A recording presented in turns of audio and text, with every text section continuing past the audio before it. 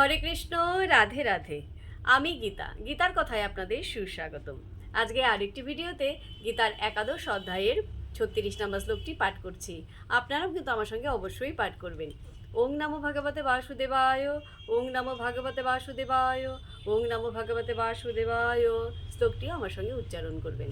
অর্জুন উবাচ স্থানে ঋষিকেশ তব প্রকীর্তা জগৎ প্রহৃষ্যতি অনুরজ্যতে চ রক্ষাংসি ভীতানি দিশঃ দ্রবন্তি সর্বে নমস্যন্তি চ সিদ্ধ সংঘা।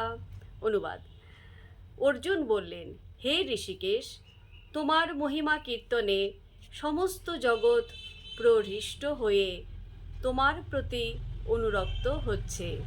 রাক্ষসেরা ভীত হয়ে নানা দিকে পলায়ন করছে এবং সিদ্ধরা তোমাকে নমস্কার করছে।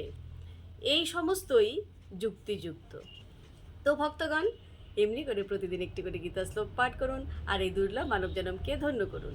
আর আমাকে কমেন্ট করেছেন পার্বতী, রাধে রাধে। আপনাকেও রাধে রাধে। হরি বল।